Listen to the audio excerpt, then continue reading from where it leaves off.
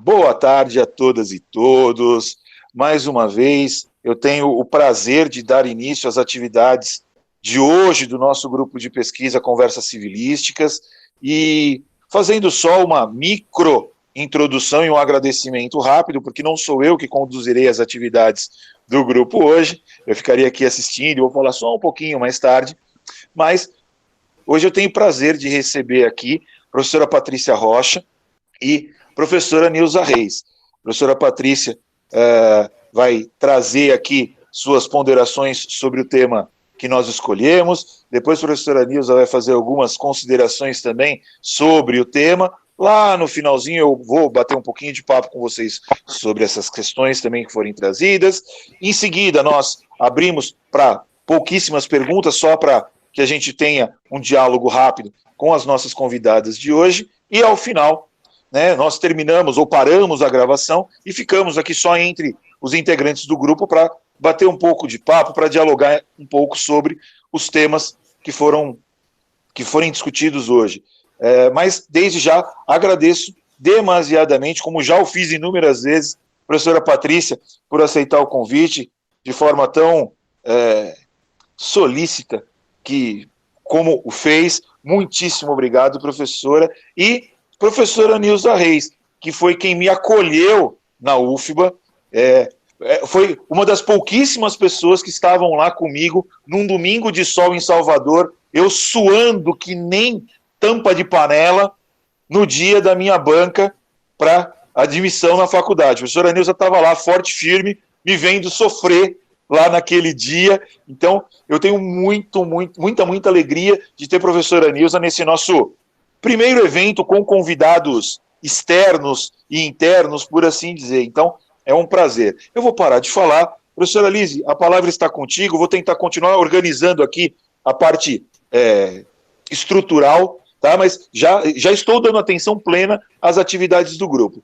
Lise, por favor, dê início às atividades. E, mais uma vez, obrigado a presença de todos e por compartilhar conosco desse momento que é tão importante para a gente, né, do início das atividades de um grupo de pesquisa de direito civil, exclusivamente direito civil, na Universidade Federal da Bahia, e principalmente contando com duas mulheres, né, e duas mulheres nordestinas, para poder falar nesse grupo de pesquisa que é tão importante. Lise, por favor, toca o barco.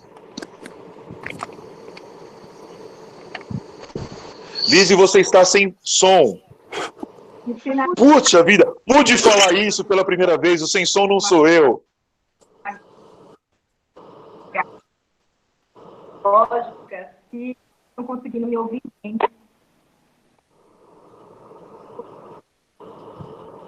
Eu estou Picotando, Lise. picotando, né? Eu acho, professor, que eu estou. Eu não sei ao certo se eu vou conseguir conduzir plenamente por conta do sinal do Wi-Fi.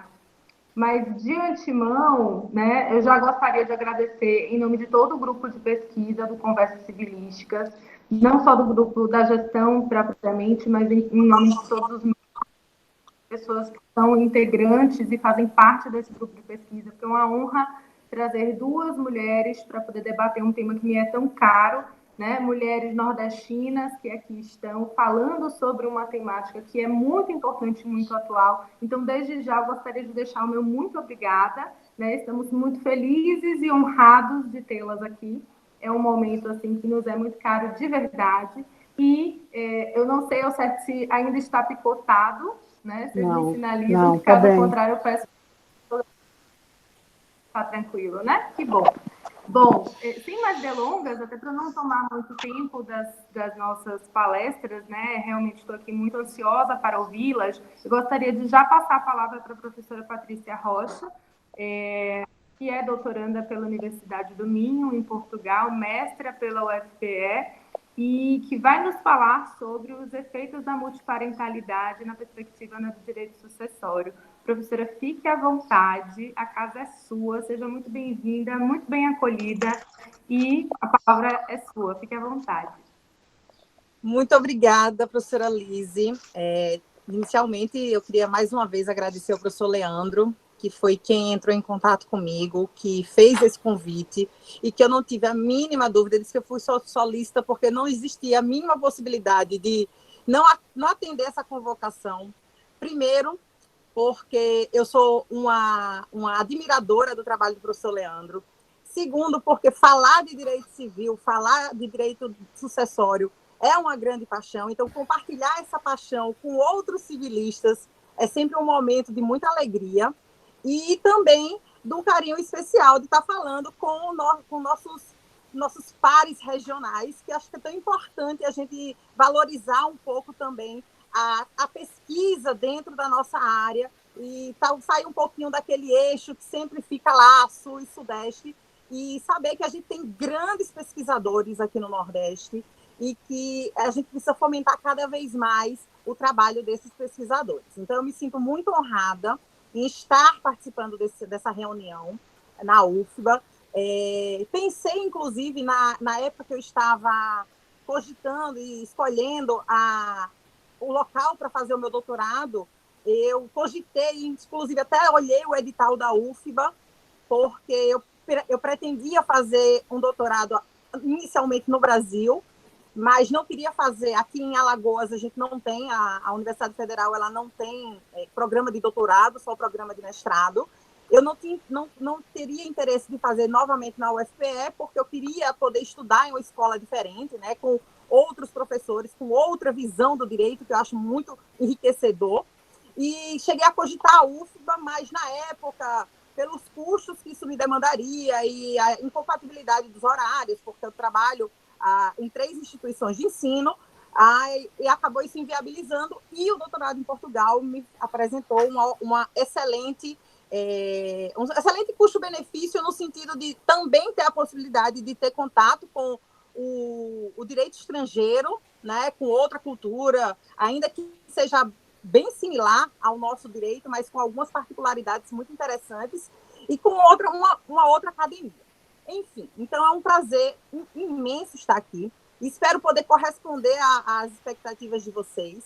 E quando o professor Leandro fez o convite, e ele me deixou muito, muito livre, muito à vontade para sugerir o tema do nosso encontro, eu tinha sugerido a ele 2 temas. Um, que é o objeto da minha pesquisa, que é sobre a relativização do direito à legítima dos herdeiros necessários, e depois a gente pode marcar um novo encontro, como a gente já tinha meio que deixado em aberto essa possibilidade. Mas também eu acho que talvez um assunto mais palpitante dentro da nossa realidade social e jurídica seria os efeitos sucessórios da multiparentalidade. Eu não sei se vocês já tiveram a oportunidade de debater um pouquinho os parâmetros, os fundamentos da decisão do recurso extraordinário 898-060, né, que reconheceu a possibilidade jurídica dos múltiplos vínculos parentais, mas ainda que vocês tenham tido a oportunidade, eu queria só fazer alguns apontamentos que eu acho bastante pertinentes, porque em que pese a gente tem essa decisão com repercussão geral, fixada pelo STF, me parece que os contornos ainda não ficaram muito precisos. Seja no que diz respeito aos pressupostos do reconhecimento, da admissibilidade dessa multiparentalidade, há muitas críticas em relação até mesmo ao caso paradigma que deu origem a essa decisão, e também, principalmente, com relação aos seus efeitos, especialmente no direito sucessório, cujo livro ele não foi pensado para um modelo plural de família. Então, se a gente for ler a literalidade do texto legal, né, nós vamos perceber que ele foi pensado no modelo biparental, em que a pessoa ela tinha apenas um pai e uma mãe. E aí, diante de tudo isso, a gente vê a necessidade de uma reinterpretação daqueles dispositivos diante do novo contexto jurídico da família, dessa família multiparental. Mas antes de adentrar, como eu falei, especificamente no direito sucessório, e aí se eu estiver falando muito e eu estiver extrapolando do meu tempo, vocês, por favor, me avisem, viu? Porque eu acabo, às vezes, me empolgando um pouco ao discutir um assunto que eu gosto muito.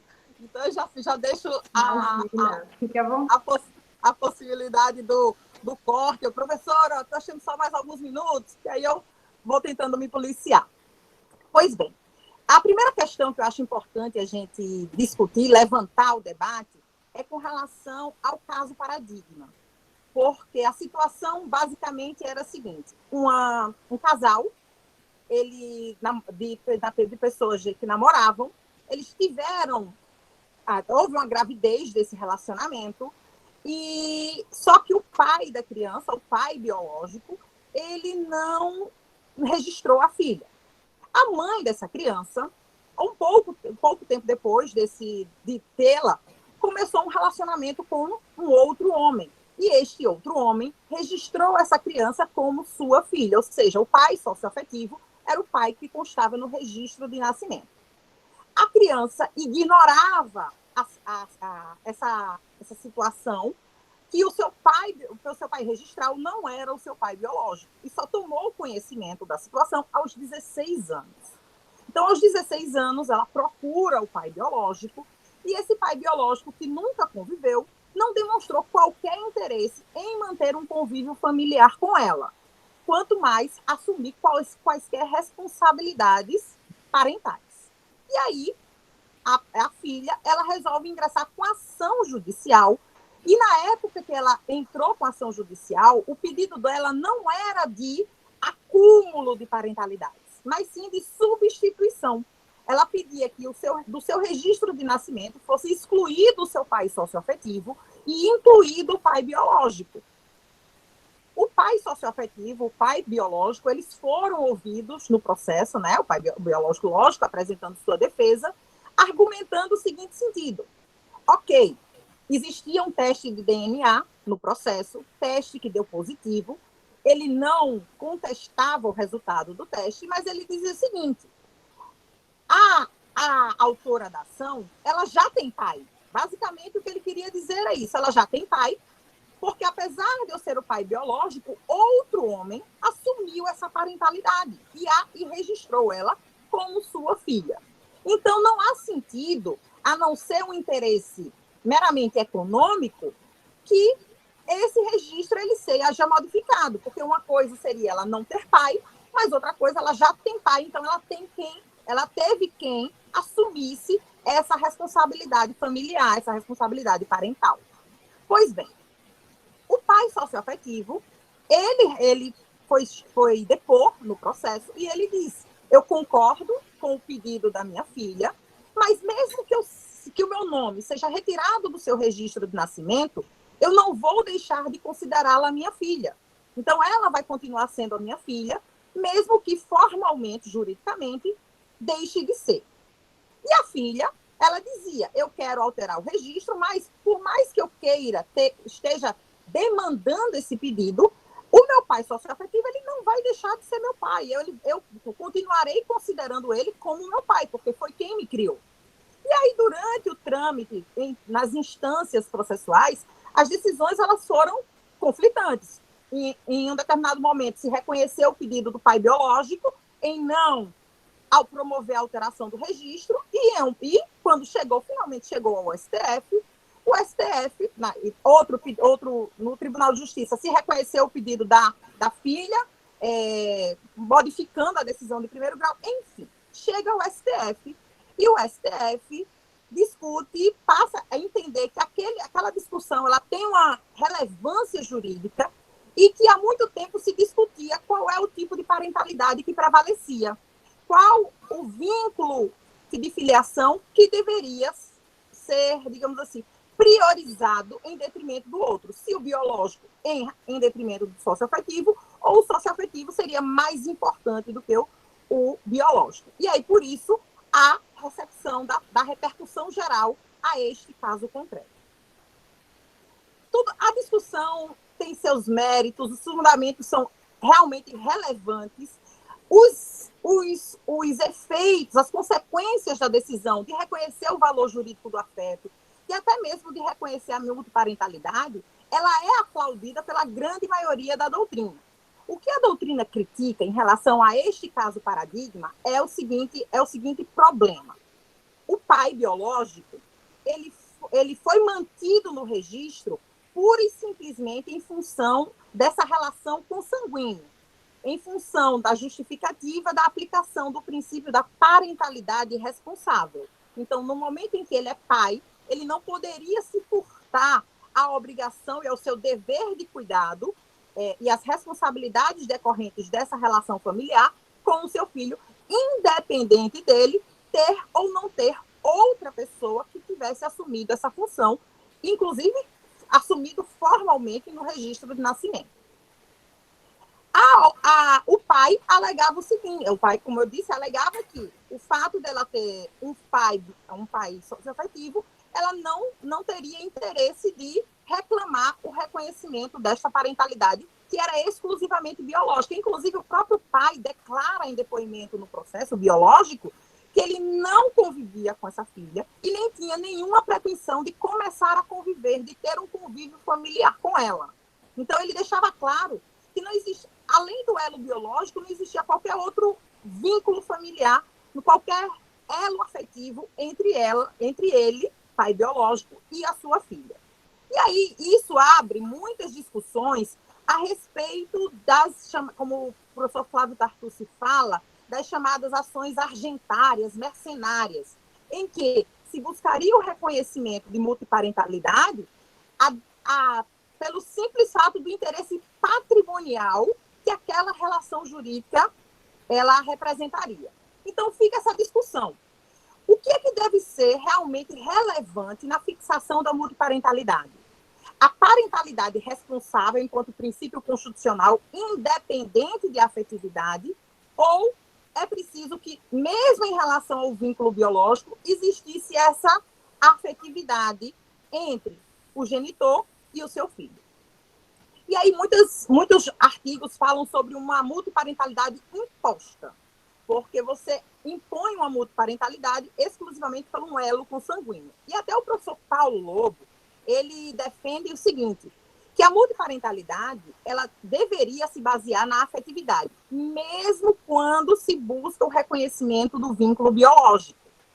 Que o vínculo biológico ele só deveria ser imposto ao registro na falta da indicação da parentalidade, ou seja, não existia pai indicado no registro, aí sim, independente da presença afetiva ou não deste, em função da inexistência e para a criança não ficasse sem pai ou sem mãe no seu registro, esse registro deveria ser imposto.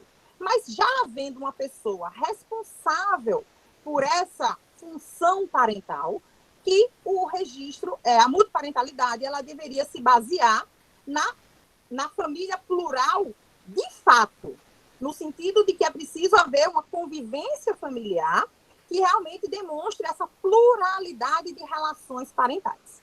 Enfim, então a primeira crítica que se faz seria com relação a isso.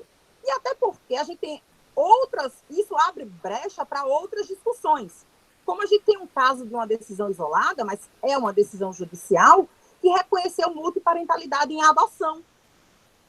Então, você tem parte do pressuposto que na adoção, a pessoa adotada, ela desfaz por completo, a não ser para efeitos de impedimentos matrimoniais, os vínculos com a sua família biológica, para constituí-los com a família substituta. E aí, como a gente pode falar em multiparentalidade na adoção, se a própria essência da adoção é a desconstituição do vínculo com a família biológica? Então, a gente começa a questionar. Será que cabe a interpretação da multiparentalidade na adoção? Pior, será que cabe multiparentalidade na reprodução humana assistida, heteróloga, em que sequer existiu em qualquer momento um projeto parental por parte daquele que disponibilizou o seu material genético? Então, existem esses questionamentos, a própria constituição do vínculo multiparental ainda carece dessas discussões, desse aprofundamento das discussões jurídicas. Mas passando ao foco, ao interesse da nossa discussão, a questão dos direitos sucessórios, da sucessão. E aí a gente tem três pontos muito, muito relevantes. Dentro da sucessão legítima, né?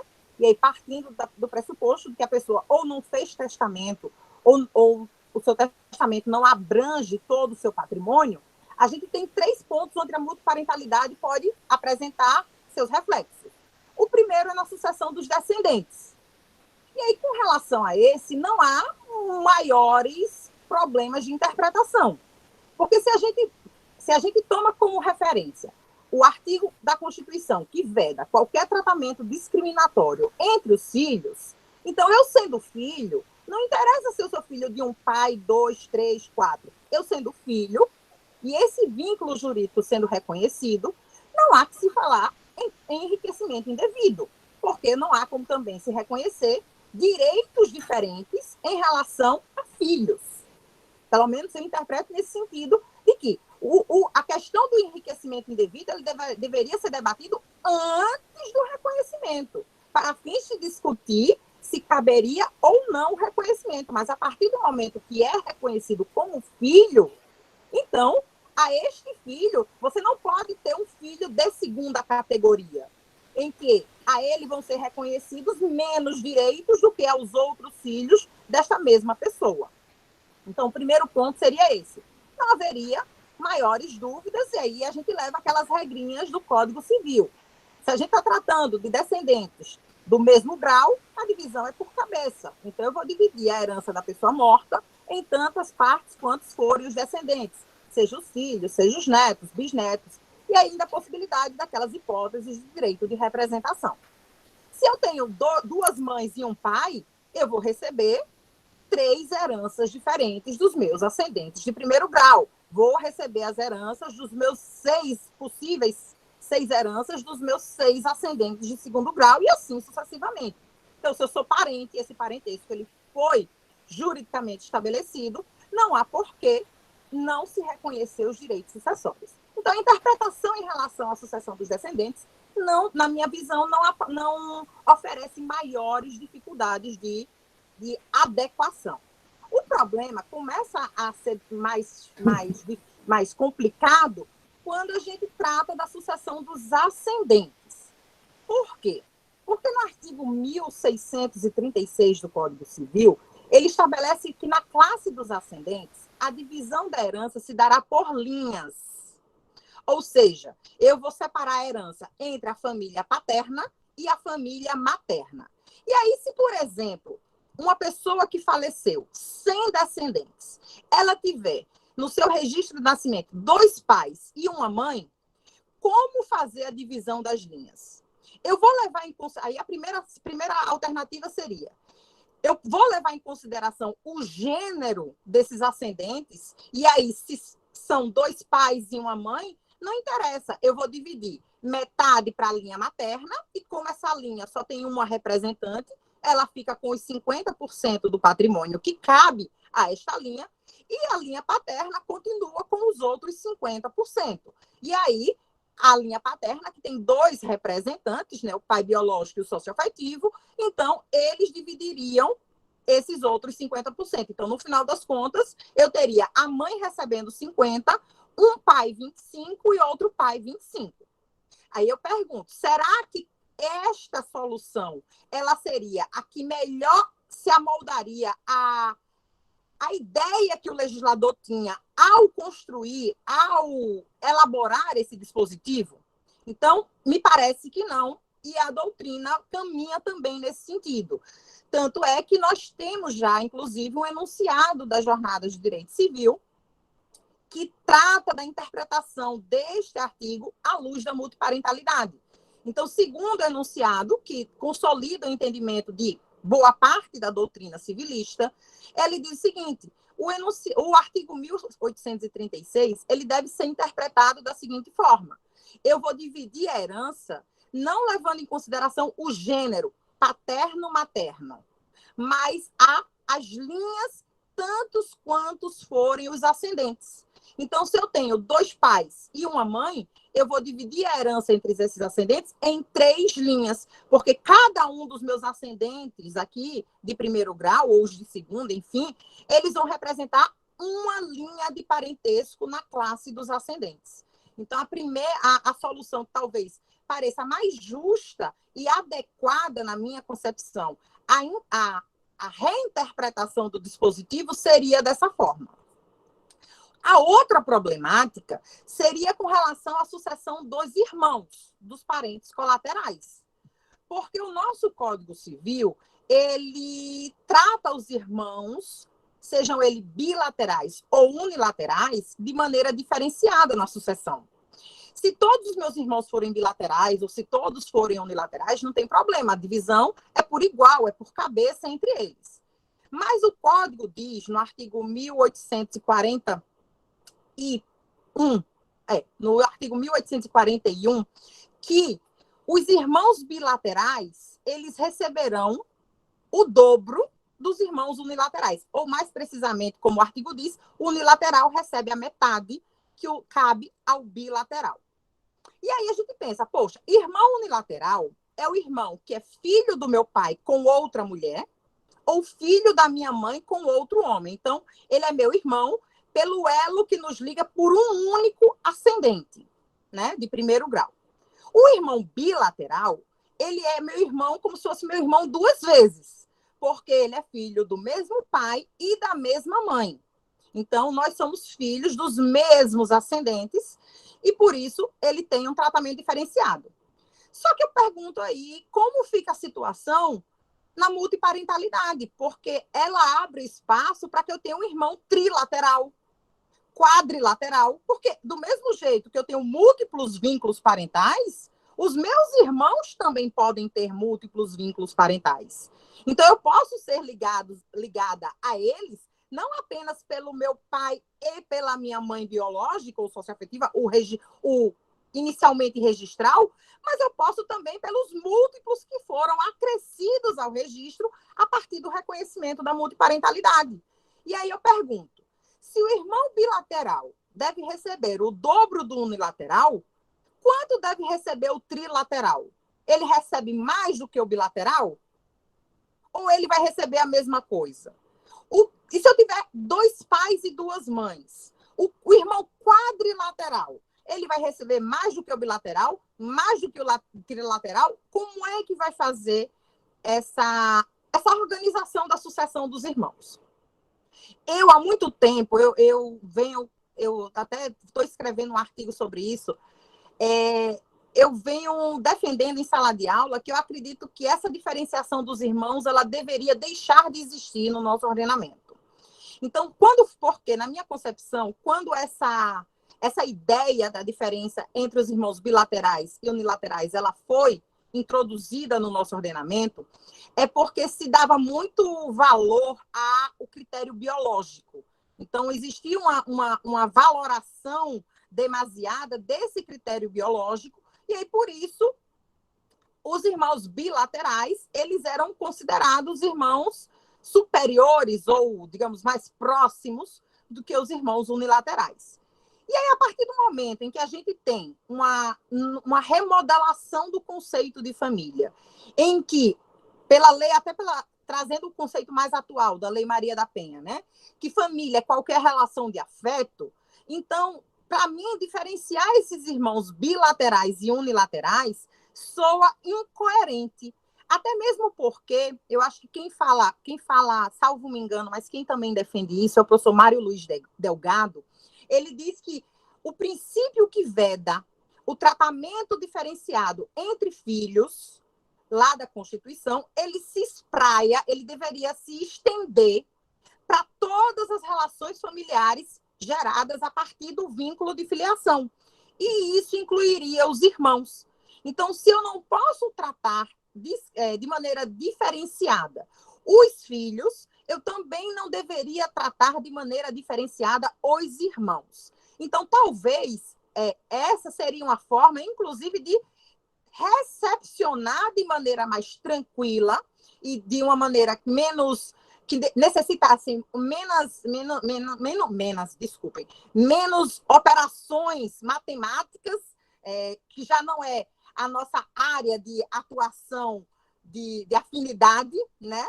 E do que a gente fazer 1001 cálculos para poder responder aquelas situações dos irmãos trilaterais e quadrilaterais e assim por diante, na perspectiva de trazer esse tratamento diferenciado que hoje está presente no Código Civil. Então, na minha concepção, a melhor forma de interpretar este dispositivo, a multiparentalidade dentro da sucessão dos irmãos, seria a partir da própria reinterpretação da sucessão dos irmãos bilaterais e unilaterais, suprimindo qualquer tratamento diferenciado entre eles. Mas eu deixo aqui, eu na verdade, tentei ser sucinta aqui na minha apresentação, para poder dar espaço para a professora Nilza fazer as suas considerações e também nos enriquecer esse debate e também oportunizar que todos os presentes eles possam trazer suas perguntas, suas críticas também. Eu acho excelente quando alguém discorda de mim, porque me estimula a pensar pelo ponto de vista que muitas vezes eu não havia despertado, eu não havia percebido. Então, fiquem à vontade para fazer as suas considerações. Eu só quis trazer mais ou menos uma perspectiva bem, bem ampla, e aí a gente pode discutir, continuar os debates a partir das considerações da professora Nilza, a quem eu passo a palavra nesse momento.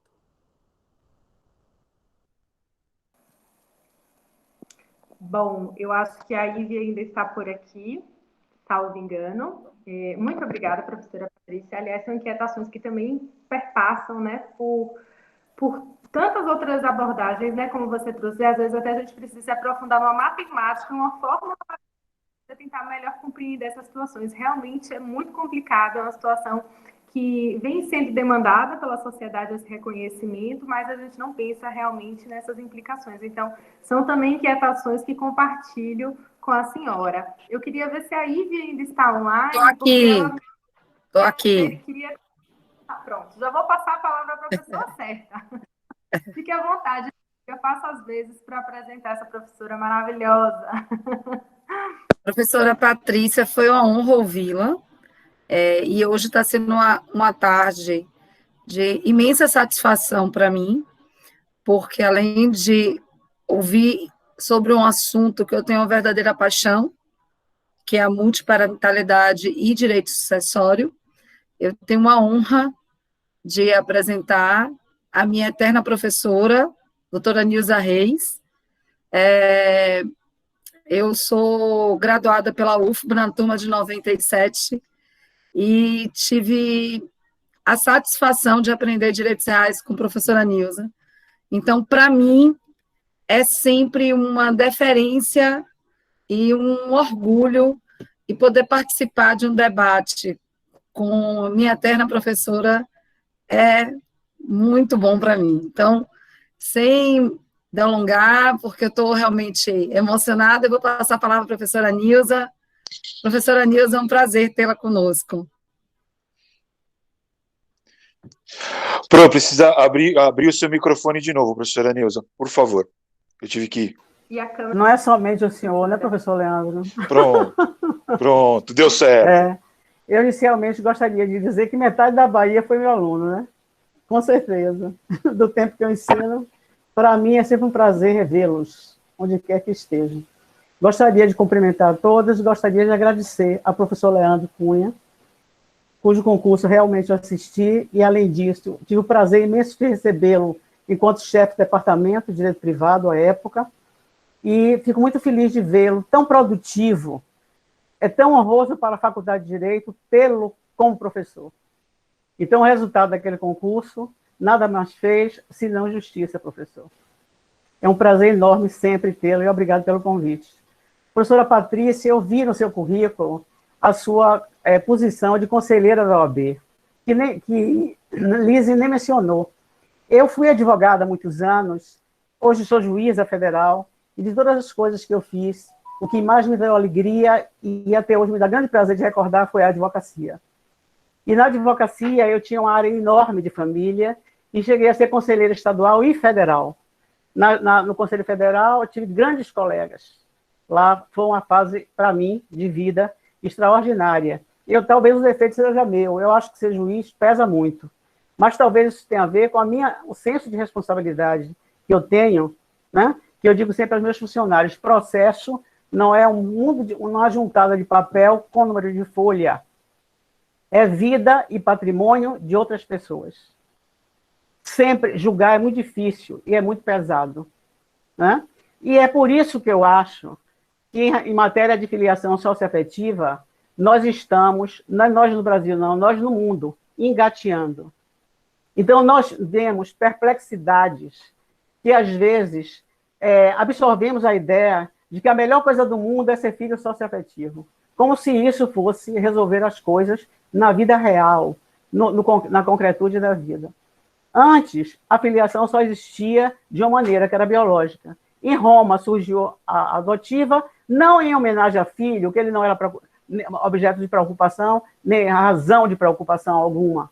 Era por conta da necessidade da continuidade do culto do altar doméstico, que o romano achava que era sempre feito por um filho homem, essa continuidade. Então, todo romano que morria sem filho era um caos. Não era possível, eles achavam, estavam convencidos de que, a partir daí, a família seria amaldiçoada, né? Então, veja como o mundo mudou, a cultura mudou e os valores mudaram. Hoje em dia, a figura central da adoção, já há algum tempo, é o filho, mas ele era ignorado inicialmente, né?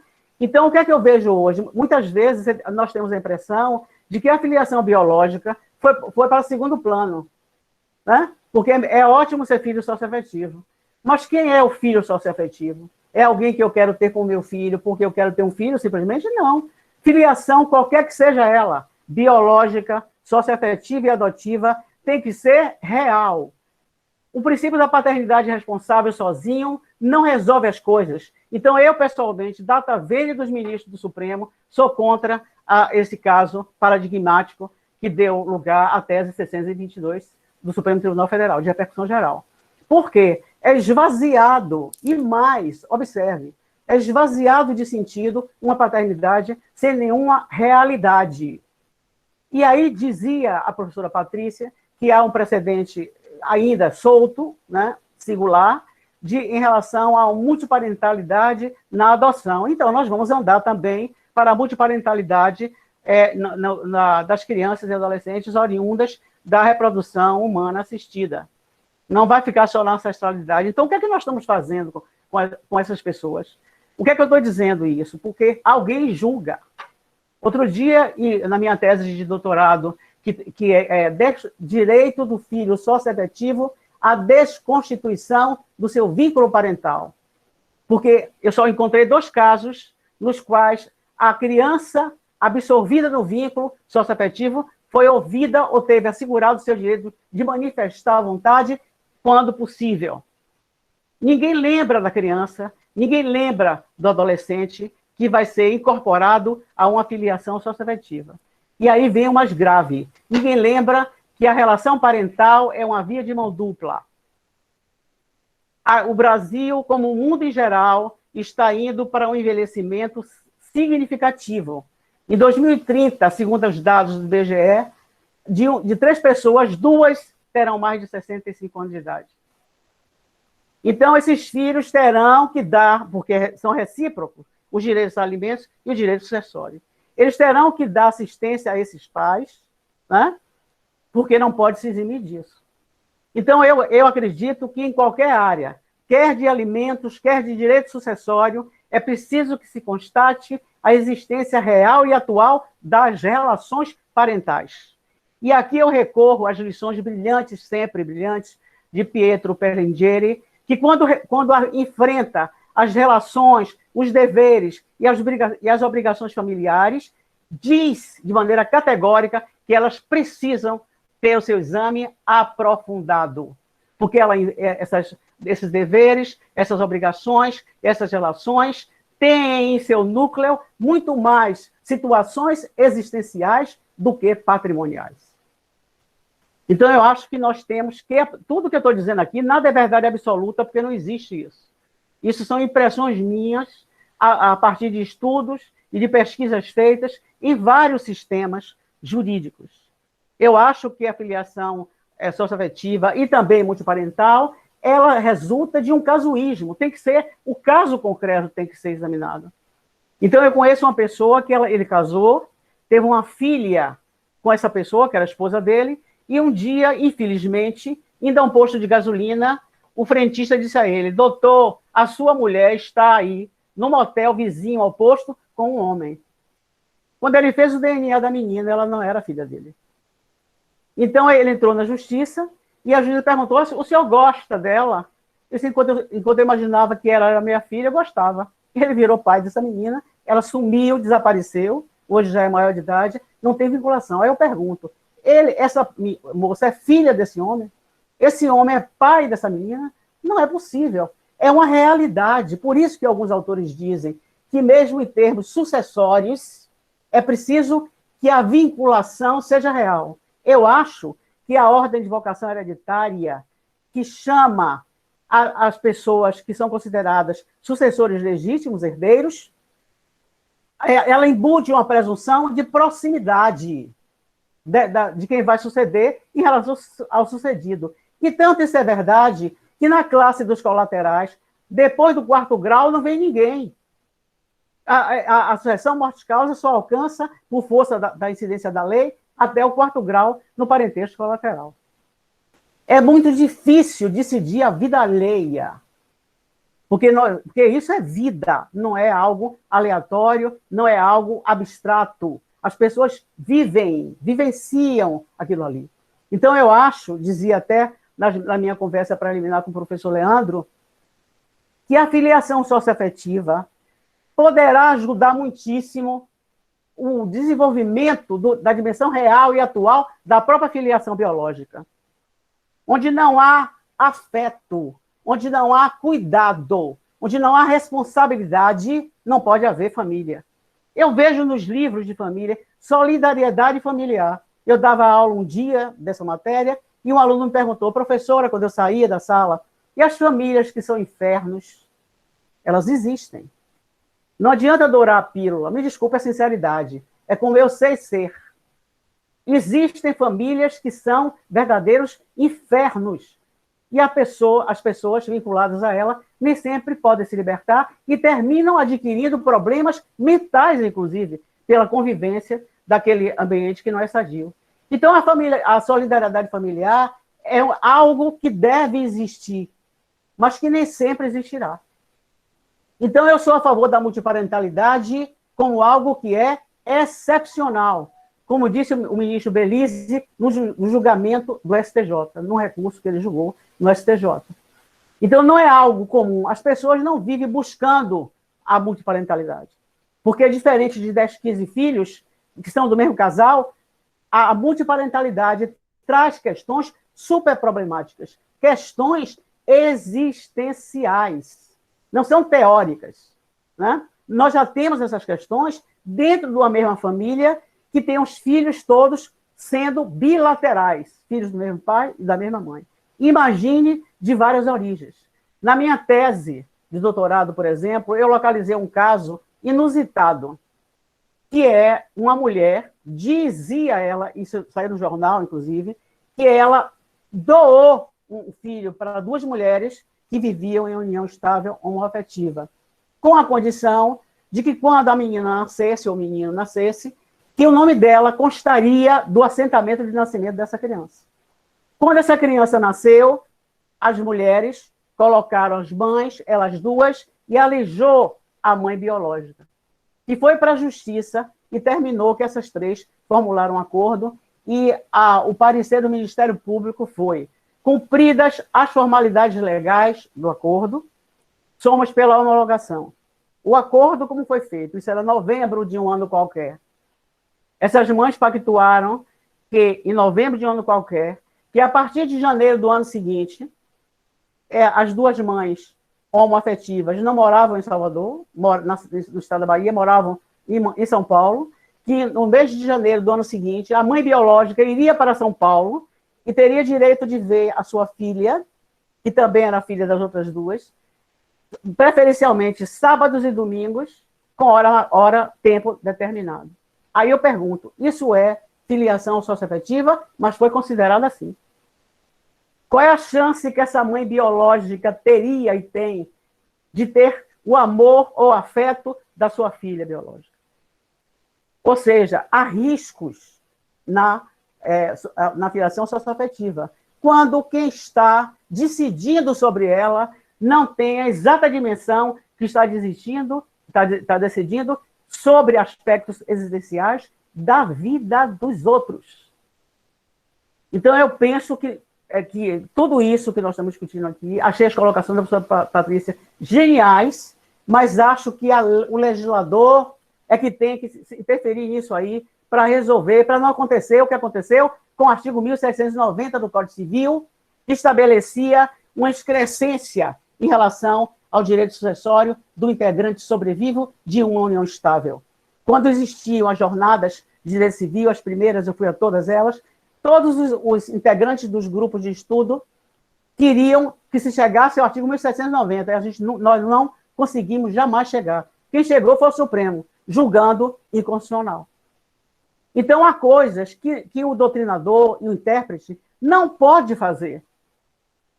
Eu, por exemplo, não amadureci essa questão em relação aos direitos sucessórios dos filhos, da distinção entre filhos unilaterais e bilaterais.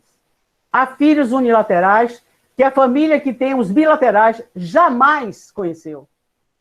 O filho unilateral afastado do lado dos pais que tem bilaterais jamais cuidou dos pais, jamais cuidou da mãe.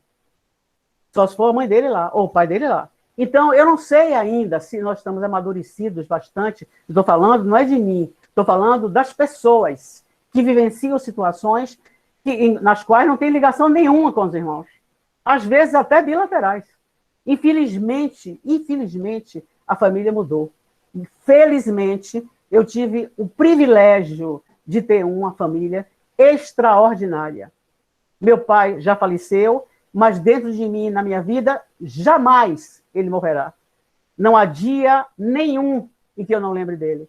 A minha mãe hoje, eu dizia para o senhor Leandro, para minha alegria, mora comigo já há algum tempo, tem 101 anos.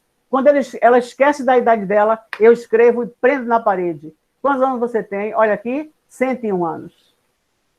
É um prazer imenso. Isso dá trabalho. Não a minha mãe, porque ela tem uma personalidade de resignação extrema, mas quando a pessoa, o idoso, tem Alzheimer, faz parte da doença ser agressivo, naturalmente, é agressivo, nem sempre as pessoas que cercam essa vítima do Alzheimer têm paciência, têm consciência.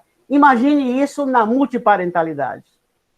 Imagine uma pessoa, segundo Belmiro Pedro Welter, é possível todas as pessoas terem 3 pais e 3 mães. Eu quero saber se perguntar a essas pessoas se elas querem ter esses 3 pais e 3 mães, porque parece que a multiparentalidade é uma vantagem. Eu acho que ela é um fato da vida.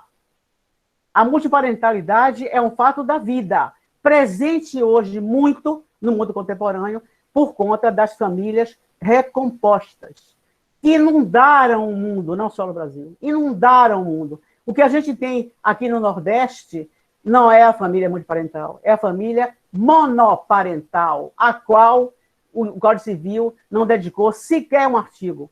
45% das mulheres do Nordeste são mães sozinhas com seus filhos. Há algum tempo atrás, eu fiz um trabalho de pesquisa em um bairro daqui, o bairro de Canabrava, e havia um questionário, porque havia trabalho de campo, e perguntava às mães qual era a perspectiva, não com essa palavra, porque elas não entenderiam, né? Que elas tinham em relação ao futuro dos filhos. Para minha surpresa, era frustrante. Nenhuma. Eu nunca imaginei o futuro do meu filho. A resposta mais significativa era nesse sentido.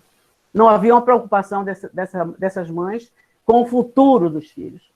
Porque há algum tempo existiu isso, e a mãe investia no filho, deixava de ingerir os próprios alimentos para dar para o seu próprio filho.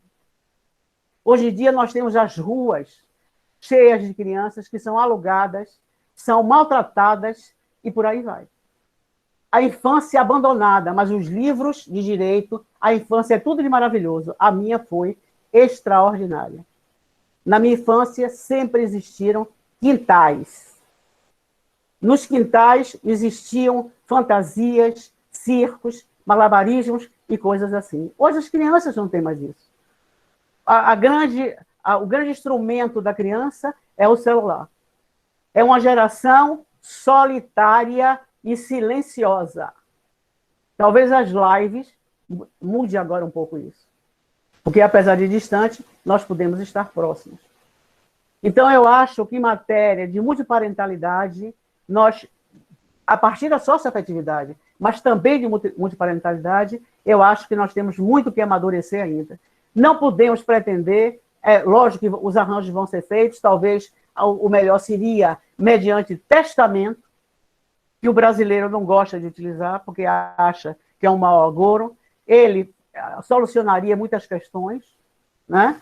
E resolveria temporalmente, pelo menos, algumas questões pertinentes a essas dúvidas que a professora Patrícia trouxe para nós aqui, né? Eu acho que seria... Até que o legislador se preocupasse, um deputado preocupado com a população que ele representa, lembrasse dessas questões problemáticas, e nós, do mundo do jurídico, fôssemos em busca desses deputados, sugerindo a eles, de preferência até levando um projeto que eles vão agradecer, para mudar e ter normas específicas e consentâneas com a nova realidade da filiação e da parentalidade. Então, eu penso assim, professora Patrícia, meus queridos amigos e minha queridíssima ex-aluna, né? É o que eu penso. Então, se nós formos investigar e eu conseguir obter as notas taquigráficas da votação do recurso extraordinário 889-060 de Santa Catarina, que aqui foi referido pela professora Patrícia, e observei que o ministro Fachin, meu grande amigo maravilhoso, mudou o voto dele. Porque ele dava inicialmente prioridade para a filiação socioafetiva. E depois, com base nos debates, ele terminou aderindo ao voto do ministro Fux, né? Então, ele deixou bem claro, não há hierarquia em nenhuma filiação. Nenhuma filiação é melhor do que a outra. A filiação que deveria existir era biológica com amor, porque todas as outras são resultado do fracasso de uma filiação biológica. Se eu tenho um pai biológico, uma mãe biológica, mas os filhos vivem bem, são cuidados e amados, como eu conheço muitíssimas famílias que fazem isso, jamais haverá adoção e jamais haverá filiação socioafetiva. Claro que a socioafetiva, nos moldes atualmente propostos, pode até existir. Eu conheço uma pessoa que a irmã dessa pessoa tinha 6 filhos, essa senhora, e a irmã não tinha nenhum filho. O que ela fez? Pegou a filha mais nova e deu para a irmã dela criar. Aonde foi? Ela amava as duas, mas tinha preferência visível pela mãe que criou, que era a tia, né, nos registros. Mas deu um nó na cabeça dela. Por quê? Como filho adotivo, normalmente. Por que fui abandonada?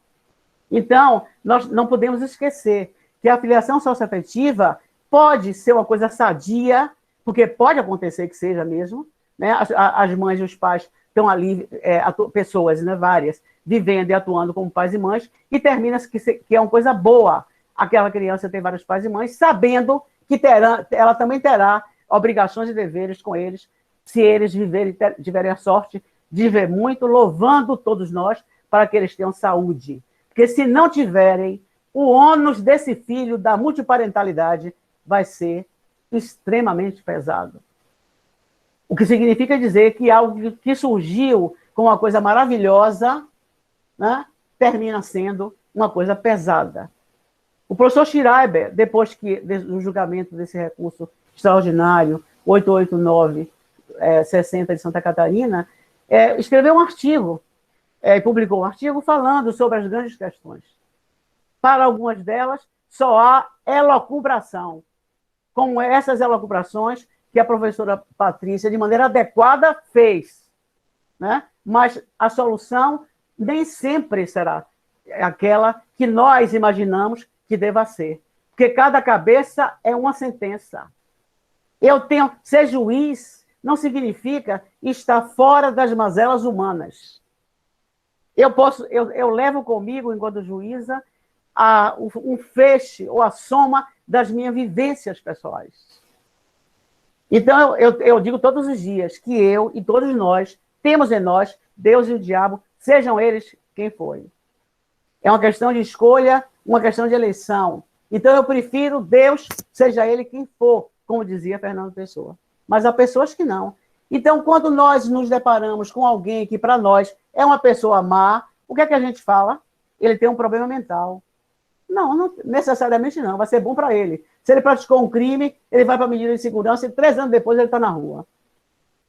O ser humano não é bom de maneira total, pura. Nós é que escolhemos os nossos caminhos e os nossos destinos.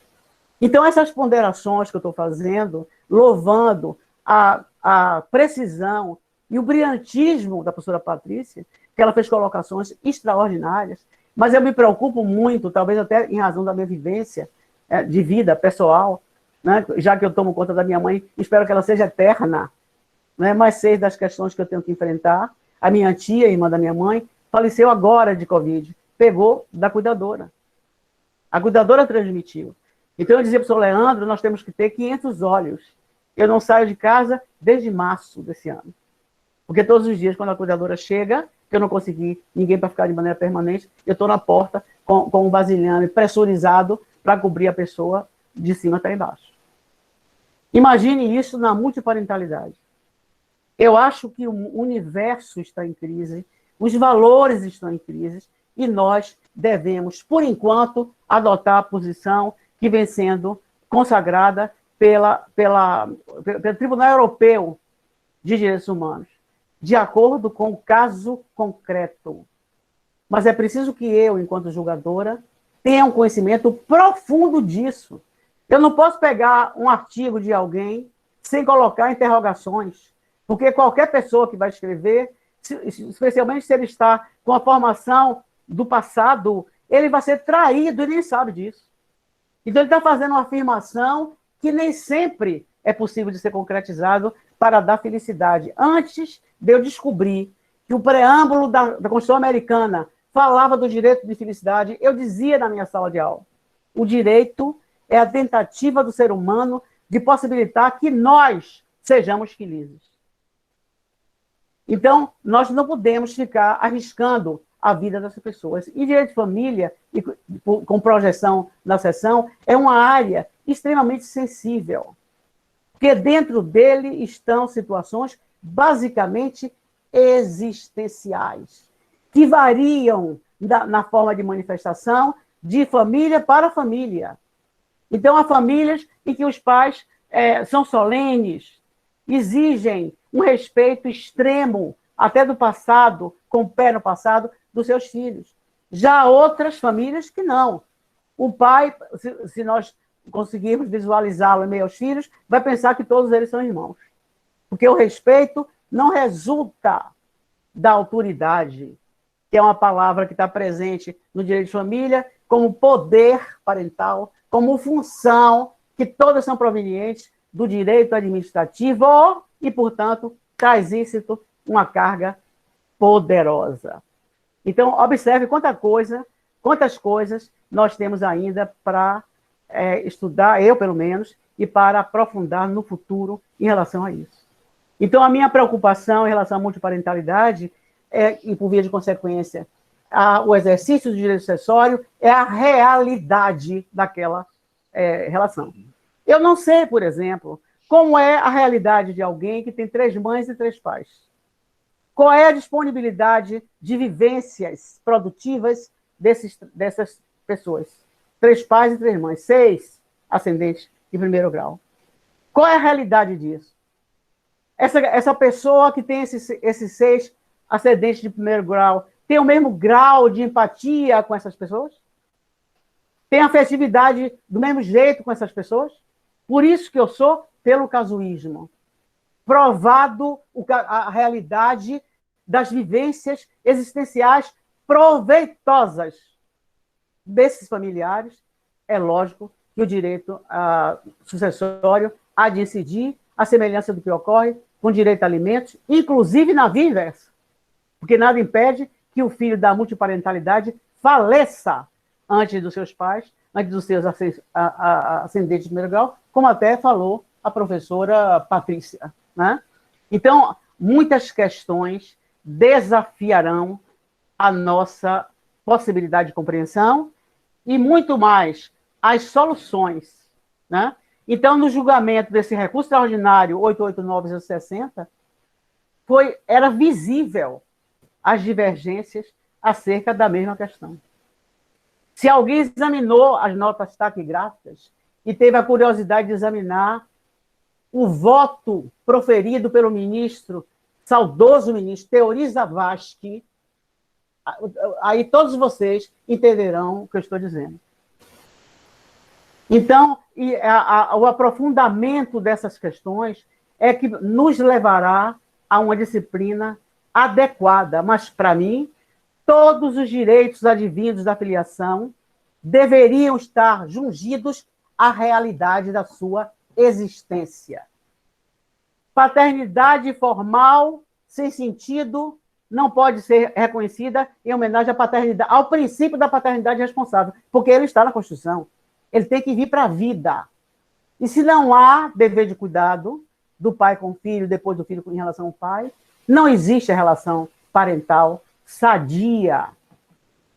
Nós estamos tentando resolver a questão para repudiar as falhas existentes no exercício da filiação. Não tem razão eu dizer que o poder parental é instituído em benefício dos filhos. Embora seja direito dos pais, mas basicamente é em benefício dos filhos que os pais têm o dever contínuo e que não podem afastar de si, sob pena de cair em maltrato e abandono e ser destituído do poder familiar. Então, nós devemos averiguar isso aí. Não é somente eu quero assim, eu quero assado. Então, eu acho que a filiação socioafetiva vai ajudar a filiação biológica para que ela seja real. Só existirá a verdadeira filiação biológica quando ela contiver a mesma coisa que deve estar contida na filiação socioafetiva. Isso não é uma loucura, talvez, na minha cabeça, mas não é algo estranho. Sabe por quê? A figura da concubina no Código Civil de 16 era mulher. Não existia concubino, era mulher só. E toda vez que o Código Civil referia concubina, era para castigá-la. E aí veio a lei previdenciária e criou a figura da companheira, sempre mulher. A companheira para fins previdenciários. No direito civil, ela não tinha ingresso. Se tivesse, era numa vara que não era de família. Porque o que ela tinha era algo que o legislador de então, de 16, repudiava. Uma família, entre aspas, que não poderia ser considerada como tal, porque a consciência coletiva e o social repudiavam esse tipo de relação. Hoje é tudo diferente. A família plural se impôs. Ela não existe, porque a Constituição Federal, a união estável não apareceu da Constituição. Apareceu na vida, no plano da vida, por ignorância das pessoas de casarem no religioso e acharem que é suficiente. Por falta de dinheiro das pessoas para pagar um casamento, porque acham que é caríssimo o casamento, porque confunde as bodas festivas com o casamento civil, e por outras razões, né? Então, essa família oriunda da união estável invadiu a porta do legislador constituinte. Não havia como negar. A mesma coisa em relação, eu espero, à filiação. Filiação biológica não é prioritária em relação a nada. Se fosse, não havia adoção. Porque a adoção, em regra, é resultado do fracasso da filiação biológica. Idem para a filiação adotiva, né? A filiação socioafetiva e a filiação adotiva. São resultados, em geral, normalmente, do fracasso da filiação que nós todos valorizávamos quase que com exclusividade. Então, muita coisa, muita água aí, professora Patrícia, vai rolar sobre essa ponte, né? E eu não paro de estudar, e quanto mais eu estudo, mais interrogação surge na minha cabeça, né? Porque há questões complicadas. Então, eu acho que eu já falei demais, professor Leandro. E são essas as colocações que eu gostaria de fazer, dizendo que nenhuma delas, como eu disse antes, consiste em verdade absoluta, e que eu sou um aprendiz sempre, e que dificuldade nós temos para fazer o aprofundamento exigido ou solicitado pelo doutrinador brilhante Pietro Perlingieri, mas que ele é necessário, não tenha dúvida. Obrigado.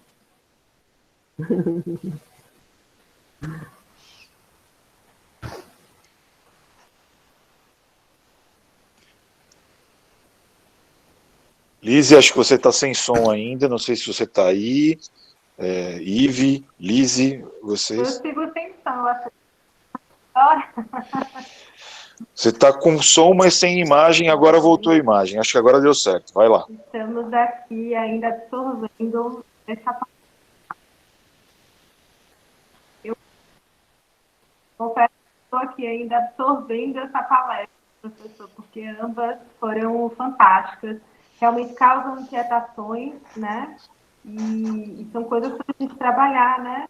A pesquisa com certeza vai se debruçar também sobre essas inquietações nas nossas produções, né? Nas nossas andanças. Fico mais uma vez muito feliz e grata. Gostaria de agradecer novamente a professora Nilza, também a professora Patrícia. Professor Leandro, eu imagino que, pelo que eu conheço do senhor, o senhor deve estar com uma lista de coisas que certamente gostaria de pontuar, né? Então, eu vou passar a palavra para o Paulo. Obrigado. Eu, como eterno aluno, eu fico... Toda sempre. fala, ele faz algumas anotações. Eu, como eterno aluno, como disse a professora Nilza, eu fico aqui, ó, com papelzinho, fazendo anotações, caneta colorida, para eu não me perder aqui com as coisas. Mas, assim, para começar, é muito difícil falar agora, porque, assim, foram 2 tiros, né? A potência das minhas colegas que me antecederam é um negócio sério, importante. Então, antes de poder falar alguma coisa, eu só posso agradecer as brilhantes apresentações, né, as palestras da professora Patrícia e da professora Nilza. Estou aqui com a cabeça fervilhando e pensando em milhares de coisas ao mesmo tempo e tentando me organizar aqui. Mas acho que, para a gente começar a pensar nesse nosso bate-papo, nessa nossa discussão, e teve um ponto que a professora Nilza trouxe agora ao final que eu acho muito importante. Nós temos não o direito, mas o dever de mudar de opinião, eventualmente, quando entendemos que uma ideia que apresentamos anteriormente não é a mais adequada, não é a perspectiva mais justa para aquela situação. Isso serve tanto para os alunos que estão no começo de suas pesquisas, como para aqueles que já estão um pouco mais encaminhados nessa discussão. A professora Nilza lembra da mudança do voto do professor Fachin, e toda vez que alguém me fala dessa questão de mudar de opinião, eu lembro, acho que, salvo engano, a professora Patrícia estava nesse evento também, que foi um evento de BD Civil, acho que foi em Fortaleza, que uma das palestras foi do professor Paulo Lobo, e ele começa, não sei se a Patrícia vai lembrar disso, mas ele começa a palestra dizendo, né, que ele não concorda com... Ele passa assim, uns 10 minutos dizendo que ele não concorda com um autor. E ele fala assim de forma genérica. E ele, vou usar uma expressão bem coloquial, ele mete o pau no autor durante cerca de 10 minutos. A hora que ele termina essa primeira parte, ele fala, e esse autor sou eu. Pois é. Ele passa, e aí ele traz toda a construção desse raciocínio, né? E acho que, assim, quando a gente fala desse tema, não existe posicionamento consolidado, na minha visão, porque é um tema muito novo e a gente está construindo ainda toda essa perspectiva, principalmente porque nós não podemos nos esquecer que tudo isso é construído com base naquilo que a sociedade nos entrega de realidade. Não podemos mais pensar na hipótese de, ao menos, imaginar que a sociedade atual é constituída por uma família em que eu tenho um homem, uma mulher e 2 filhos, um menino e uma menina, aquele da propaganda de margarina que tinha antigamente. Essa realidade não existe mais. Essa é uma realidade de apenas uma pequena parcela da população e, infelizmente, acredito eu, parece-me que os nossos legisladores ainda não se deram conta de que isso mudou. Defender a família, todos nós defendemos, mas a gente não pode ignorar que a família que deve ser defendida é a família de verdade, não a família que alguém imagina que seja, eventualmente, a família correta. Então, a concepção de família e o sentido de família hoje em dia é muito diferente daquele que deu base ao Código de 16, que deu base ao Código atual, porque o Código atual ele é muito sustentado naquela perspectiva de família ainda do Código de 16 e, ao mesmo tempo, muito distante da nossa realidade. Não estou propondo que efetivamente façamos o que vou dizer agora, né? Mas se nós sairmos à rua, a família que nós vamos encontrar não é essa família que o legislador acredita que seja a família real. E, ao mesmo tempo, o legislador ele ainda acredita numa família que não tem o afeto como sua base. Ele acredita numa família que foi constituída por um pedaço de papel, para usar uma expressão coloquial. Mas, ao mesmo tempo, acho que também é muito delicado nós, do direito, discutirmos afeto e afetividade. Eu sei que nós precisamos, mas discutir afeto e afetividade é algo muito delicado, porque é algo personalíssimo. O nosso conceito, a nossa percepção pessoal de afeto ou afetividade, ela não é necessariamente uma concepção universal. E pressupor que esse conceito universal prevaleça, ou que ele exista nesse contexto, é um pouco complicado. E aí voltamos ao que a professora Nilza trouxe. Em algum momento nós vamos ter que nos debruçar no caso concreto. Mas, ao mesmo tempo, o legislador ele precisa trazer alguns parâmetros mínimos para essa nossa conversa. Então, é delicada essa composição, mas nós não podemos ignorar que o novo conceito de família passa por um conceito de afeto, mas que esse conceito de afeto, apesar de não ser universal, ele precisa ser apresentado com algum parâmetro, ainda que mínimo, mas que deve haver ou precisa haver algum parâmetro. E aí eu mesmo faço a fala contrária a tudo que eu disse até agora. O meu medo, né, o que é natural vindo de mim, mas o meu medo é que, em algum momento, o gaiato, para usar uma expressão coloquial, diga o seguinte: não, eu não tenho responsabilidade nenhuma com relação ao meu filho, porque eu não tenho afeto por ele. Porque, infelizmente, a gente vai, acho que quase que com certeza, se deparar com essa realidade do sujeito que vai tentar se esquivar das suas responsabilidades sob a alegação de que ele não nutre afeto algum pelo filho.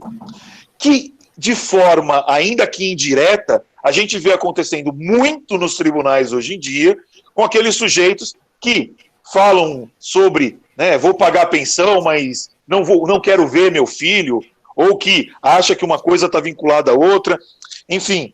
Mas, de qualquer sorte, eu acredito que o grande problema aqui passa também por uma ineficiência do nosso poder legislativo. E eu tenho medo do que eu mesmo vou dizer mais uma vez, mas vamos lá. Eu não sei se é bom ou ruim que o legislativo não tenha feito nada nesse sentido, pelo medo que eu tenho das pessoas que compõem o nosso poder legislativo. Mas, no mundo ideal, eu não posso negar que essa responsabilidade é do poder legislativo, que, de regra, nasce da essência da democracia, porque foram eles que foram escolhidos. E nós temos relegado, de novo, não sei se para o bem ou para o mal, aos juízes, que não foram escolhidos de forma democrática, essa solução a todos esses elementos que acabam ficando no vácuo desse que existe entre a realidade social e aquilo que o legislador escreveu. E direito de família e direito das sucessões, no meu entender, são os dois pequenos pedaços do direito civil que mais dependem de um cuidado, ou de uma análise, ou de uma mudança estrutural para se compreender essa realidade em que nós vivemos. E aí, só para que eu termine essa minha microintervenção aqui, talvez a gente também precise pensar em todo esse contexto, em tudo, além de tudo isso que já foi trazido por professora Patrícia e por professora Nilza, a gente também não pode esquecer que hoje em dia existe a realidade dos irmãos socioafetivos sem pais socioafetivos. Porque é uma outra situação que a gente acaba encontrando. E também vai, em alguma medida, nós vamos encontrar esses obstáculos nos nossos caminhos. Às vezes eu tenho irmãos socioafetivos sem a presença de pais socioafetivos. Será que isso vai ser o suficiente para um reconhecimento de socioafetividade também? Se eu entendo pela prevalência do afeto, qual vai ser o parâmetro que eu vou usar de limitação entre uma convivência, uma amizade extrema e o parentesco socioafetivo? Porque uma amizade extrema não gera consequências jurídicas, não tem direito sucessório em decorrência disso. Mas será que esse parentesco de irmãos socioafetivos, só irmãos, sem a presença de pais, não traria também essa figura? Então, a realidade social ela é muito complexa, a gente tem muita coisa para entender aqui, e, para finalizar a minha parte, dentro do direito de família, principalmente, né, e com as suas consequências para o direito das sucessões, a diferença entre aquilo que está escrito nas leis e aquilo que é a realidade das pessoas é muito grande. Ela é abismal. E como a professora Nilza trouxe aqui uma questão pessoal, eu trago uma questão pessoal minha para terminar. Eu tenho 2 irmãos socioafetivos que são irmãos. Né? Eu tenho 2 primos, meus tios faleceram há 20 anos já, mais ou menos, e eles foram criados, minha mãe foi tutora deles, eles foram criados dentro da minha casa como meus irmãos. E aí tem aquela diferença entre o que está escrito na lei e o que é a realidade de fato. Posso afirmar a vocês, na minha casa, os meus pais eram pais, não eram tutores dos meus irmãos. A bronca que davam em mim, davam nos meus, abro aspas, primos, mas eles são meus irmãos. Os trato como irmãos, eles me chamam de irmãos, chamam meus pais de pais. Isso para mim é parentesco socioafetivo na sua essência. Os meus irmãos têm uma outra irmã consanguínea com a qual eles não têm o menor contato. E os meus primos / irmãos, só para que vocês tenham ideia, né? Eu estou em São Paulo agora, nesse período de pandemia. Eu e os meus irmãos, nós moramos no mesmo prédio. Eu vejo os meus irmãos praticamente sempre. E agora vamos lá, vamos pensar no aspecto sucessório. Em havendo o falecimento dos meus pais, eles não são herdeiros? Não estou nem discutindo se eles querem ser herdeiros, que é uma outra conversa. Mas eles são herdeiros? No caso da minha família em espécie, eu acredito que são. Eu e minha irmã consanguínea, não temos a menor dúvida disso. Agora, se a gente pensar numa outra estrutura familiar, alguém poderia dizer, mas espera aí, eles já receberam a herança dos pais biológicos e agora vão receber herança também dos pais socioafetivos? Eu não sei na realidade de outras famílias. Na minha realidade a resposta é muito simples. E qual o problema? Mas isso, mais uma vez, né, fazendo o link entre o que trouxe a professora Patrícia e o que trouxe a professora Nilza, vai depender da realidade social de cada família. E isso é o que torna essa conversa, essa ideia tão complicada. Eu sei que é horrível fazer autoelogio, mas eu vou fazer um autoelogio a mim aqui. Eu estou muito feliz do tema escolhido por professora Patrícia, e eu estou muito feliz que a professora Patrícia tenha aceitado o nosso convite, e eu estou muito feliz que a professora Nilza tenha também aceitado o convite, porque, olha, particularmente eu sou obrigado a dizer, que espetáculo. Obrigado, professora Nilza, obrigado, professora Patrícia. Eu sei que não chegamos ao final, Lise vai fazer tudo o que tem que fazer ainda, mas eu aqui, me colocando na condição de aluno, como eu sou feliz de poder participar das atividades desse grupo. Então, muitíssimo obrigado, de verdade mesmo. Lise, retorno a palavra, como sempre.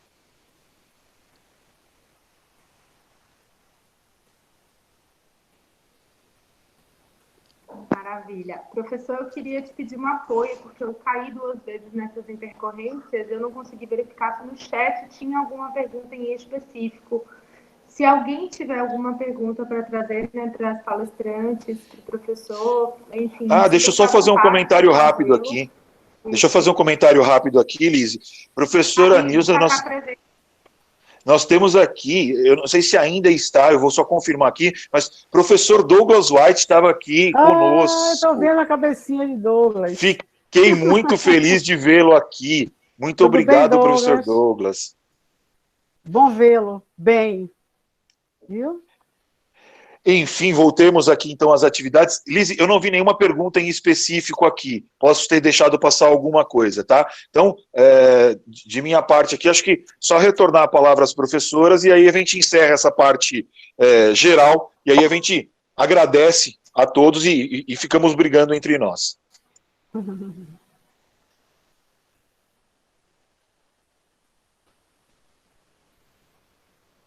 Para mim, Lise travou. Não sei se ele... Pronto. Deu certo, vai lá. Pronto, maravilha. Bom, eventualmente, né, se ficou alguma dúvida, coloque depois no grupo do WhatsApp, do Conversas Civilísticas, para que a gente possa, né, tentar levar essas dúvidas às professoras, ou pensarmos realmente em tentarmos pesquisar essas inquietações, enfim, compartilhar, porque pesquisa é isso, né, de forma conjunta, ela chega ao seu fim social, né, a pesquisa precisa ter esse fim.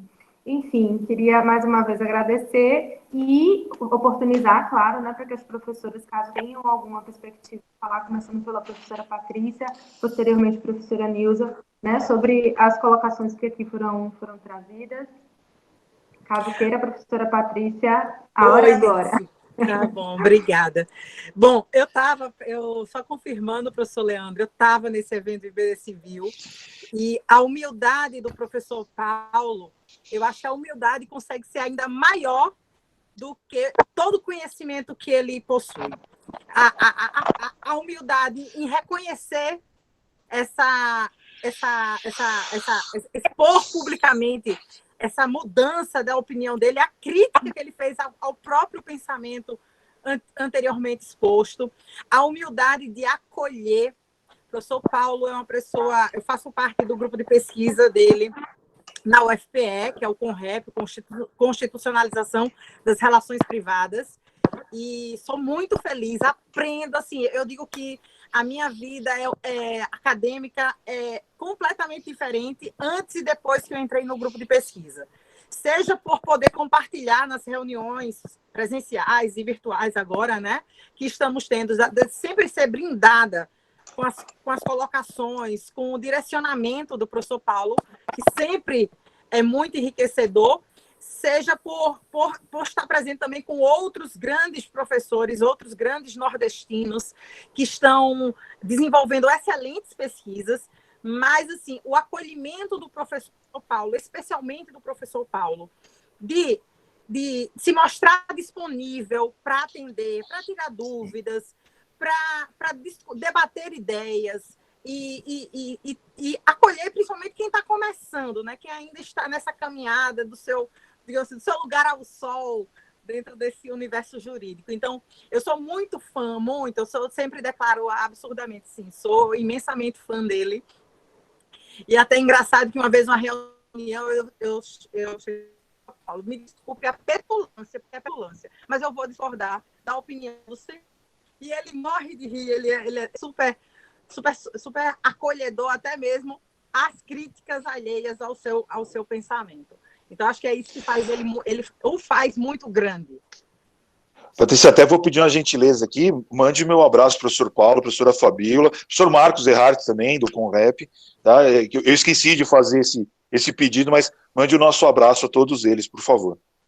Pode deixar, pode deixar.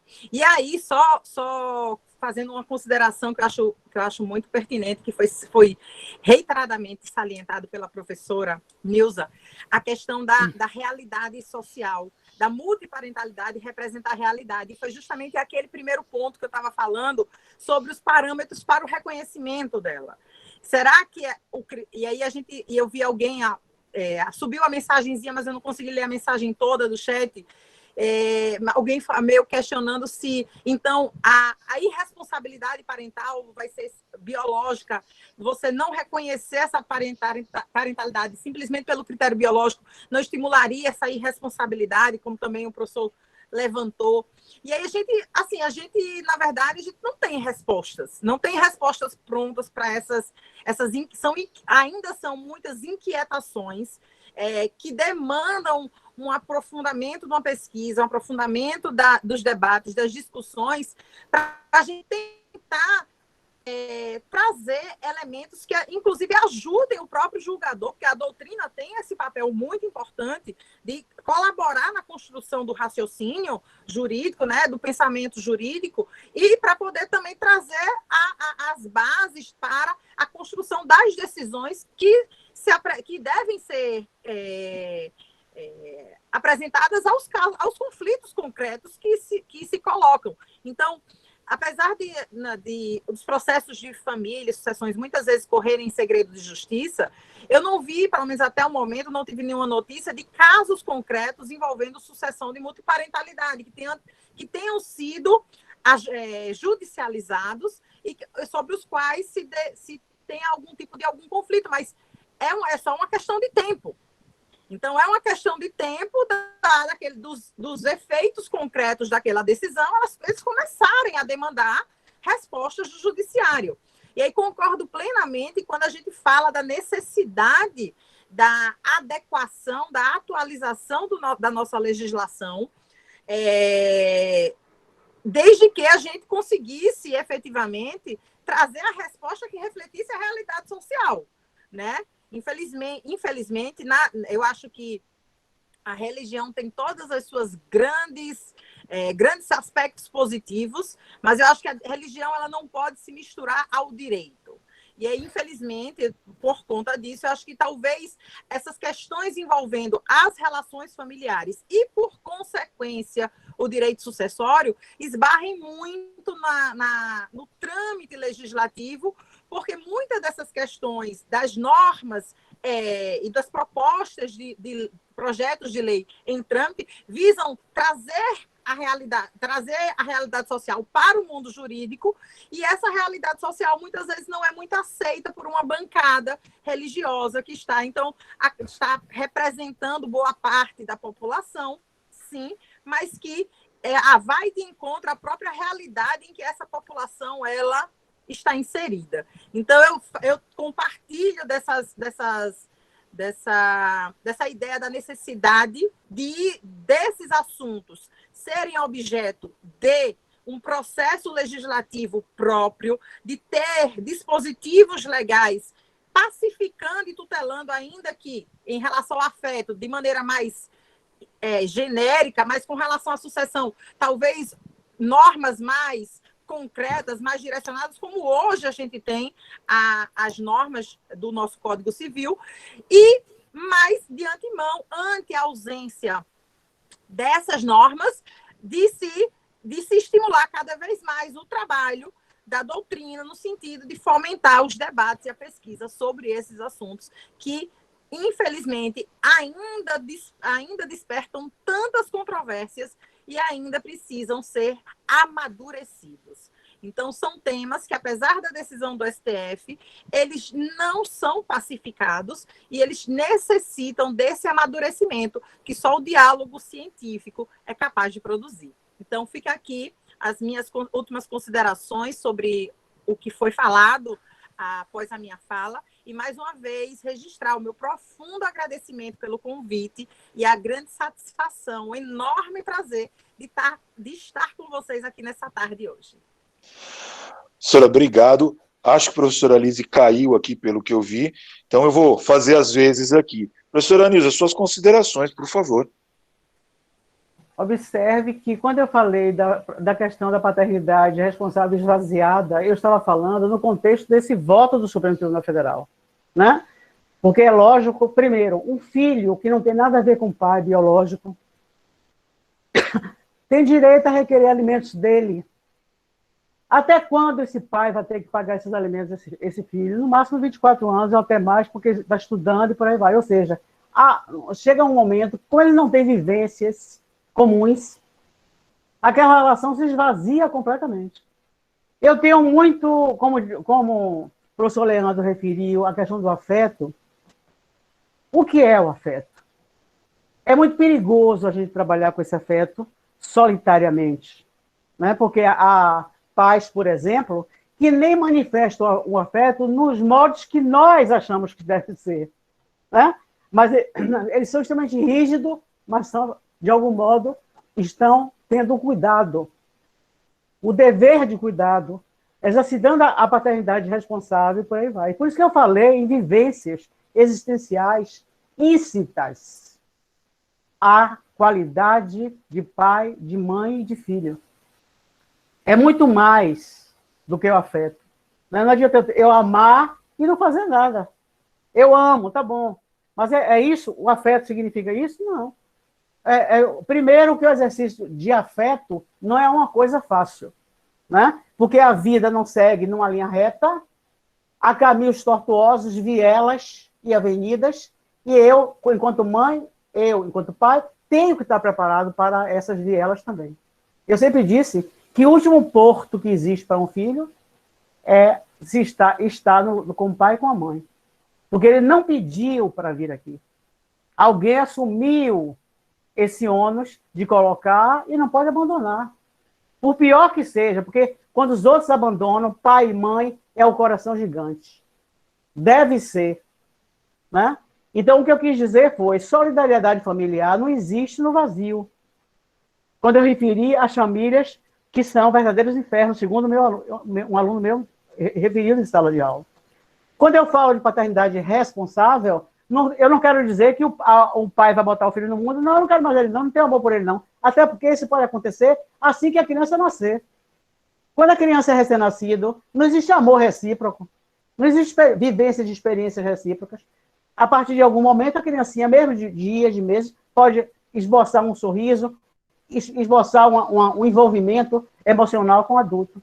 Não é isso que eu quero dizer. O que eu quero dizer, nesse caso aí, quando você tem um pai, uma mãe, essas pessoas exercitam a paternidade e a maternidade de maneira plena, não é possível priorizar uma paternidade biológica vazia, é isso que eu quero dizer. E criar a multiparentalidade em alguns momentos. Quando eu era advogada, já tem muito tempo isso, eu atuava muito na área de família, uma obra que foi publicada no Brasil, se eu não me engano, em 1974, me chamou muita atenção, que é uma obra de 3 autores, um dos quais é Ana Freud, que era filha de Freud. O professor João Batista Vilela fala até dessa obra, naquela grande palestra que ele fez em Minas Gerais, de trabalho publicado, onde ele demonstrou que pai não é pai, pode ser genitor também. E que mãe é mãe, nem sempre é mãe. Né? Então, chama No Interesse da Criança, interrogação. Essa obra que eu até tenho aqui, que para mim é quase uma bíblia, essa obra, que fala sobre, aqui, ó, sobre a figura do chamado pai psicológico, lê-se também mãe psicológica, que é o que nós falamos hoje do pai socioafetivo e da mãe socioafetiva. Então, a pessoa, não é porque a pessoa é homem que nasceu para ser pai. Há pessoas talhadas a isso. Há pessoas que nasceram para ser mães. Mas não é porque a mulher pariu que ela vai ser mãe. Né? Então, há pessoas que são talhadas para esses papéis de pai e de mãe. Mas uma das grandes coisas dentro disso é eu imaginar no poder parental e nos deveres que ele embute impositivamente e de maneira contínua para as pessoas que o adulto resolveu colocar no mundo. Então, eu acho que a responsabilidade, a paternidade responsável e a maternidade responsável não precisaria estar prevista na Constituição. Eu acho que é inerente àquele que é pai e àquele que é mãe. Infelizmente, eles não têm esse dever de cuidado, essa solidariedade que começa na família e se espraia para a sociedade, tem que ser imposta aí. Enquanto aquela pessoinha que foi colocada no mundo não tiver autonomia enquanto ser humano. Então, alguém vai ter que assumir essa responsabilidade. Quem é a pessoa naturalmente responsável? aquele que colocou no mundo. O que eu falava é, multiparentalidade para mim, embora a vida esteja cheia delas, cheia de famílias recompostas, mas não necessariamente de multiparentalidade. Porque o que eu vejo é que casais separados que recompõem as suas vidas, nem sempre os filhos de relações diferentes são irmãos socioafetivos, como foram seus primos, professor. Por isso que eu acho que a questão é o caso concreto, né? Então, eu posso ser irmã de uma prima minha, que nunca viveu comigo, e sou, por acaso, de uma, né? Me considero irmã, nunca estive com ela sob o mesmo teto de maneira permanente, já moramos juntos, quando nós éramos adolescentes, mas os meus vínculos com ela não chegam à qualidade dos seus com os seus primos, professor. Por isso, cada caso é um caso, entendeu? Então, eu acho, o que eu quis apenas foi dizer que nós temos que ter muito cuidado, muita cautela, principalmente os juízes de família, que decidem a vida dos outros. E esses outros, muitas vezes, nem têm, nem tiveram, nem terão oportunidade de manifestar as suas vontades para manter ou não um vínculo, que pode continuar sendo real ou não. Quantos casos existem de pessoas que buscaram, com propósito grandioso, uma filiação de várias crianças, e depois a relação entre essas pessoas foi rompida e o amor pelas crianças também acabou. Isso não é uma exceção, não. Infelizmente, isso é uma regra. Eu dizia antigamente assim, não existe ex-filho. Depois eu aprendi que existe. Existem ex-filhos, né? Os filhos da adoção são ex-filhos, biologicamente, de outro. Né? Então, a gente vai aprendendo essas parêmias, né? E vai introjetando sem submeter a um senso crítico. Então, como a professora Patrícia disse de maneira brilhante, o senhor Paulo foi meu colega da Comissão de Ética e Disciplina da OAB Federal, quando nós éramos, no mesmo momento, conselheiros lá. Né? É sempre um prazer ouvi-lo, sempre um prazer ler as coisas que ele escreve e ver as coisas que ele vivencia. Né? Então, há pessoas brilhantes na área de família, mas é inegável que essa área ela traz uma sensibilidade nos vínculos que são criados dentro dessa esfera e nas relações humanas, que já são problemáticas por natureza. Né? Então, é preciso que os filhos tenham noção das coisas que acontecem em sua vida. Então, eu acho que todo filho socioafetivo deveria ter a garantia de manifestação da sua vontade em relação àquele tipo de vínculo. Especialmente quando há multiparentalidade. Mas, como eu disse antes, nenhuma verdade aqui é verdade absoluta. Nós estamos amadurecendo e a realidade da vida vai informando, nós aprendemos que a realidade jurídica se compõe de elemento material, que é o da vida, o fato, e também formal, quando a lei, que nós não temos ainda em relação a essa matéria, absorve e valoriza esse fato, dá contornos a esse fato e dá consequências jurídicas específicas a esses fatos que hoje representam a multiparentalidade. Então, família recomposta não significa que haja multiparentalidade. Não significa que haja socioafetividade entre pessoas que provêm de relações anteriores. Agora, se existem esses vínculos existenciais inerentes a um tipo de relação que só pode ser paterno, materno, filial, é outra coisa. É outro problema. Então, eu não sei como dizia a professora Patrícia, o legislador vai... É lógico que ele não vai dar parâmetros aritméticos, como nenhum na lei é aritmético, nenhum parâmetro. Mas pode dar alguma luz, lógico, isso com discussões, com verificações amadurecidas e aprofundadas no curso do tempo. Não pode ser algo pensado, por exemplo, de sistema estrangeiro, porque a realidade é outra. Há tribos, hoje em dia, na África, onde os filhos são de várias mulheres, todas vivem no mesmo lugar com um único homem. E todas elas são chamadas, por todas as crianças, que provêm de outras mulheres, de mãe. Essa é a realidade nossa? Com certeza não é. A nossa realidade é dos muçulmanos, que podem casar legitimamente várias vezes só o homem. A mulher nem ouse fazer isso, né, porque vai ser condenada à morte por apedrejamento. Né?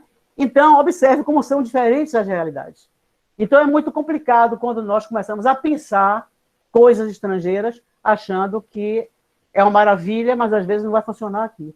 Daí a gente utiliza aquela expressão, essa lei pegou, essa lei não pegou. Como se fosse possível alguma lei deixar de pegar. Mas existe, na realidade. Então, essas são as ponderações que eu gostaria de fazer, agradecendo muitíssimo o privilégio de ouvir a professora Patrícia, que é muito lindinha, por sinal, né? E que isso ajuda ela como professora, sabia? Cria problemas às vezes, professora, mas é muito interessante, ser bonitinho. Então, obrigado pela sua companhia, obrigado a todos, obrigado de novo, professor Leandro, um prazer enorme aqui participar dessa live em sua companhia e agradecer aos nossos queridos estudiosos da matéria. E eu fico muito, muito contente de ver alguém dizer, eu sou apaixonada por isso. Às vezes eu falo forte como que, né? Porque eu sou apaixonada. Parece que o espírito baixa em mim e eu começo a falar daquela coisa, porque eu digo sempre, direito é um negócio extraordinário. Embora ele possa servir para o bem, como tudo na vida, não é exclusividade dele, e para o mal, né? Então, como nossas intenções são as melhores possíveis, pensaram nas crianças, nos adolescentes, nos adultos que querem ser pais, que querem ser mães, esperamos que nós tenhamos, de algum modo, colaborado com isso. Muitíssimo obrigado, professora, muitíssimo obrigado. Eu não sei se a professora Lise voltou ou não. Lise, se você tiver voltado, reassuma, caso contrário, eu continuo por aqui. Eu vi ela aparecendo, mas ela sumiu de novo. Apareceu. Vamos ver. Para que agora, finalmente, o senhor conduza ao final, porque eu preciso dizer, fazer uma live no Mercúrio retrógrado é muito complicado. Os problemas tecnológicos aqui realmente chegaram de vez, então acho que seria mais interessante, para evitar que eu caia no meio da fala, o senhor concluir. Tá ótimo, então. Então, depois que você se entender com o Mercúrio, se ele está retrógrado ou não, eu tenho sérias dificuldades com isso, como vocês bem sabem, mas, enfim, só usar esse último momento, então, para agradecer mais uma vez, pela milionésima vez, aqui, tanto a professora Patrícia quanto a professora Nilza, por terem participado da nossa atividade, por terem nos abrilhantado com essa conversa de hoje. E aos presentes do grupo, podem ficar aí mais um pouco, que a gente vai brigar mais um pouco aqui, vai bater mais papo, tá? Mas agradecer a professora Nilza, agradecer a professora Patrícia, e, claro, se quiserem ficar brigando aqui com a gente, fiquem à vontade, mas eu sei, já tomamos o tempo de vocês, além do que eu tinha pedido. Agradeço também por essa disponibilidade e por esse carinho comigo, com os nossos alunos, com a professora Nilza, nem posso dizer, mas com a Universidade Federal da Bahia como um todo, por nos atender nesse momento. Então, é só agradecer mesmo de verdade. Um grande abraço, um grande beijo a vocês. Depois eu vou mandar mensagem agradecendo depois, tenho certeza disso, mas foi incrível mesmo. Muitíssimo obrigado, viu? Professor Leandro, eu vou pedir licença, gostaria muito de participar dos debates, mas eu entro em sala de aula daqui a 40 minutos, aí eu vou comer alguma coisa, porque eu tenho aula até às 10, então vou pedir licença a todos, agradecer mais uma vez o convite e espero poder estar presente aqui no grupo ainda outras vezes, sempre que possível. Contem com a minha eterna disponibilidade. Um beijo bem grande, boa tarde a todos. Tchau, gente. Sempre convidada, obrigado. Professora Nilza, obrigado também, viu? Eu vou interromper aqui a gravação, tá, gente? Tá bom. Uma boa tarde para vocês. Se houver